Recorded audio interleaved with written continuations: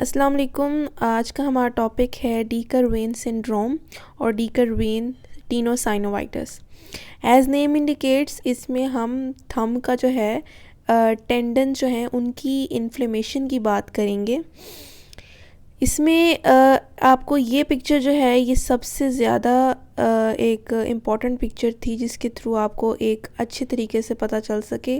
ये आप extensor side देख रहे हैं अपने हैंड की, और ये शीथ है जिसे हम एक्सटेंसर रेटिनैकुलम कहते हैं। इस शीथ से हमारे पास जो भी मसल्स हैं फोर आर्म के, वो यहाँ से उनके टेंडन्स पास करते हैं। सो आप ये कह सकते हैं कि it is actually the common passage for the tendons of four arm.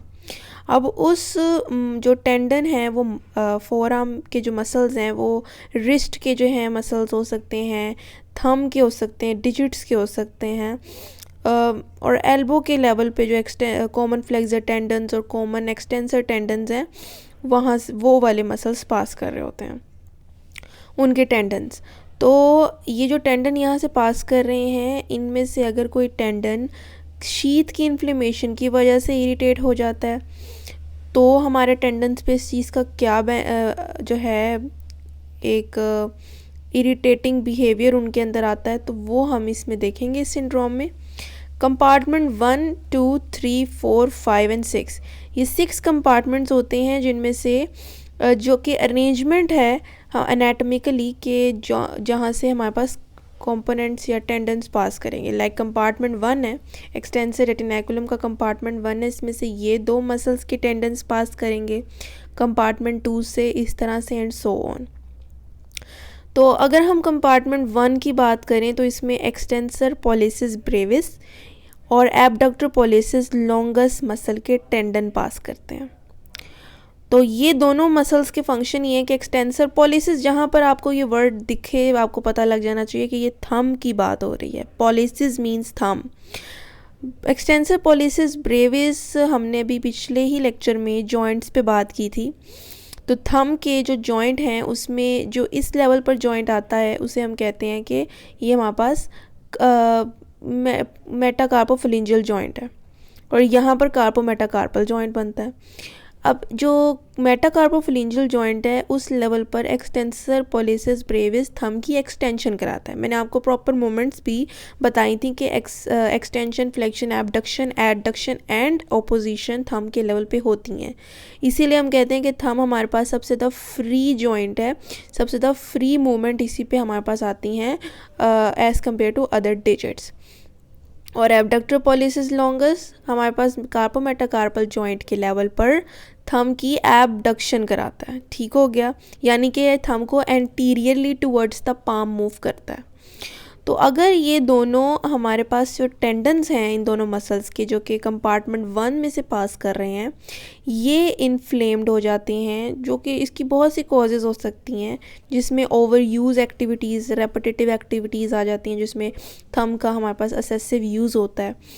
Heavy lifting हो सकती है, लाइक किसी चाइल्ड को लिफ्ट करना, किसी हैवी ऑब्जेक्ट को लिफ्ट करना, या अगर आपको कोई क्रॉनिक इलनेसेस हैं जैसे कि डायबिटीज़ है, र्यूमेटॉइड आर्थराइटिस है, तो उस केस में आपको डीकर-वेन टेनोसाइनोवाइटिस के सिम्टम्स शो हो सकते हैं।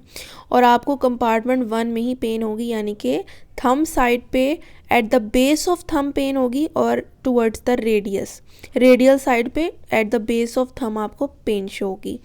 आपका जो टेंडन है वो इरिटेट हो जाता है, जिसकी वजह से इन्फ्लेमेशन होने की वजह से वहाँ स्वेलिंग आपको नज़र आएगी बेस ऑफ थंब पे। आपकी पेन और टेंडरनेस होगी, यानी कि आप टच करेंगे, पैल्पेशन पे आपको या प्रेशर पे आपको पेन आए उसे टेंडरनेस कहते हैं, और स्वेलिंग होगी और ब्रूसिंग भी वहाँ पर आपको नज़र आएगी। तो ऐसी सिचुएशन को हम डीकर-वेनियन टेनोसाइनोवाइटिस कहते हैं। डीकर-वेन एक हमारे पास जिन्होंने इस चीज़ को इंट्रोड्यूस किया था, इस चीज़ को डिस्कवर किया था, जो कि ये कंपार्टमेंट 1 की पेन और इरिटेशन है।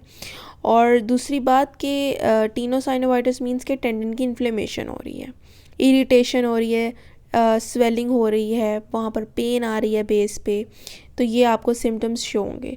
अब इसको डायग्नोस करने के लिए आपको एक तो सबसे पहले कॉजेज़ पता होनी चाहिए, आपको इसके साइन एंड सिम्टम्स पता होना चाहिए, प्लस आपका एक डायग्नोस्टिक टेस्ट है फिंकल-स्टीन टेस्ट।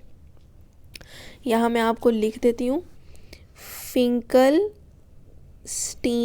टेस्ट है, जो कि ऐसे परफॉर्म करना है कि आपने अपने जो थंब है उसको फुल बेंड कर लेना है, यानी ऑपोजिशन में ले जाना है, और अपनी जो है वो एक फिस्ट बना लेनी है। उसके बाद आपने एक मिड प्रोन पोजीशन में लाकर अल्नर यानी लिटिल फिंगर की तरफ आपने अपने पूरे हैंड को मूव करना है फिस्ट बनाकर, और आपको इस जगह पर यानी कि बेस ऑफ थंब पे आपको पेन महसूस होगी इस तरह करने पे, इस तरह।